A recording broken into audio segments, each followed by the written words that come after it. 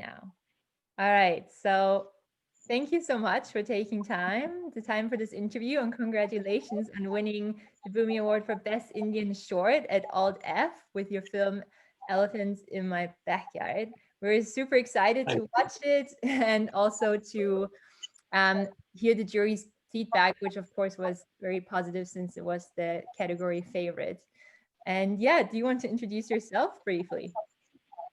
Sure. My name is Vikram Singh. I'm a filmmaker and a journalist based in New Delhi, India. I've been working here for the last 10 years. And a lot of my work, especially recently, has been focused on environmental issues. This particular film was something that took me quite some time to make because it's a complicated topic. And it was difficult, just in terms of getting permissions and finding the right situations. But it was also a really fascinating journey, and I'm really thankful to the characters that you will see in the film for allowing me to spend time with them to see the work that they do. And to be honest, the fact that it took so long was kind of a positive thing because I got to spend some time, in some incredible places to see the work of some really incredible people. And as a filmmaker, that's a real privilege to be allowed access to those situations. So I got quite lucky in the end. And yeah, great. And how did you find out about this issue in the first place? And how did you find the people involved in the film whose story you were reporting on? Sure. I mean, this is something that, it is you read about it quite a lot, not just elephant conflict, but human-animal conflict. I think India is one of those places, it's quite unique in the sense of having a really massive human population. Of course, that's very well known. We're the second most populous country in the world, but also it's kind of unique in having people and very large animals living in close spaces. They're sharing spaces, and often that leads to quite dramatic stories of conflict. You hear about, tigers have attacked someone in a village, or elephants have killed some people. And as wild spaces in India become smaller, it has become something that you see more prominently in newspapers and other places as well. I was curious to see if there's somebody doing interesting work to look for solutions to this problem, because there's still something that we have to find a solution, hopefully, that allows both people and animals, and in this case elephants, to coexist. So as a filmmaker, I was really curious to see if somebody's doing work in this direction, and I got quite lucky in terms of finding Dr. Anand Kumar, whose work with coexistence has been really groundbreaking. It's really shown a positive path forward. And it seems like a crazy idea in the beginning to say that people and elephants can actually share a space and coexist safely. But when I met this group of scientists and researchers working on this topic, and I saw how they were using technology, really simple technology, to sort of allow people to live safely around elephants and vice versa, I realized that it was really a fascinating topic for a film. And yeah, that's how it started, basically. I was looking for somebody finding solutions, and then these guys were, of course, doing that work. Yeah, I'm glad it worked out. Yeah, turned out beautifully also in how it was captured. And we actually really noticed that you did really capture the emotional aspect and what the conservationists are going through. And yeah, that stood out to us. And we were wondering if that just happened organically or if you're really holding out for those moments. How did that process evolve? Well, with most of this film, actually all of this film happened organically. Part of the reason it took so long is that you can't really plan for these moments, especially the capture scene or other things like that. We didn't really expect that would happen, actually. It is something that happened quite unexpectedly. Things move fast. I wasn't there planning to film that, but it was happening, so we filmed it.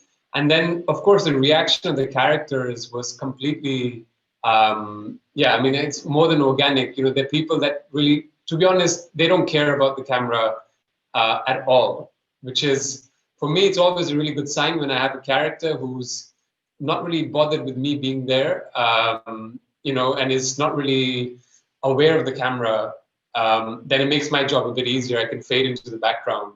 And it happened with this film. And the truth is, these people, Vinod and Dr. Anand, but especially Vinod, he works every day with these animals, following them, tracking them, trying to keep them safe and trying to keep people safe. So he has a very, very strong emotional connection with them. I mean, for him, they're like friends, or somehow more than friends. They're animals. They're people that he sees every day. So for him to see one of those guys get captured, and to have what was quite a brutal and cruel process take place in front of him, and especially since he's worked really hard to kind of stop that from happening, it was a pretty emotional moment, not just for him, but for me as well. And it's one of those moments where you think, actually, I don't want to film it. I want to somehow give him that distance. And at the end of the day, I'd spent so much time with him that maybe, I took a bit of a liberty in filming it. If you see, he actually turns away from the camera, from myself. He's not someone who's keen to emote in that way. But I was, I filmed it, and I wanted to put it in the film just to show what you guys mentioned, that, this is not just work for these guys. It's something that really affects them on an emotional level, and it really is a major reason they're really committed to this idea of coexistence, and it kind of drives a lot of the work that they do.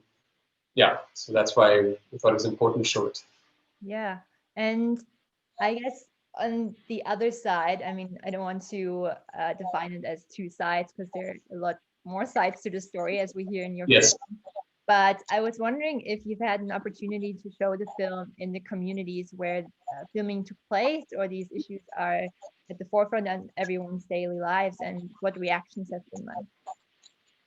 So yeah, it's been interesting. As you said, there's many sides to it. There's not just two sides. There's actually the conservationists, there's the forest department, there's the farmers, there's the coffee planters, the big farmers, there's the politicians, so many different people. And some people that have seen it have been really supportive of the film, especially the farmers and the coffee planters, who say that it shows the situation, the complexity of the situation, in a way that reflects their reality. And they have been quite supportive of the film. If I'm honest, the forest department has not been very happy with the film. They feel it doesn't give them enough credit.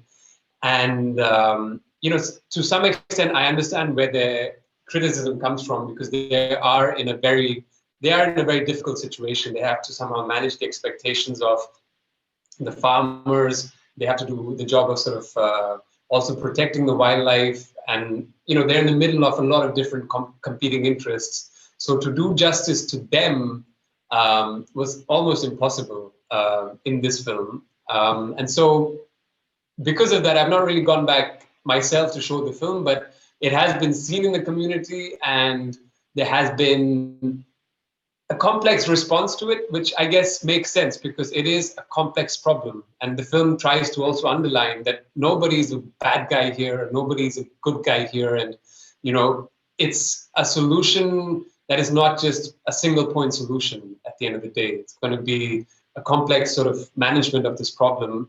But what we're trying to show in the film is that there are tools, if people are keen to find a solution to it, that will allow people and elephants to share this landscape. Yeah. And I mean, that's really reflective of so many environmental issues, where the complexities are often what, people fret about and are just, unsure in how to move forward and where the solutions lie. So I think there's definitely a representation of the bigger issue at hand. And finally, we're curious to hear, as a young filmmaker, what advice do you have for other young filmmakers, especially in the environmental filmmaking space?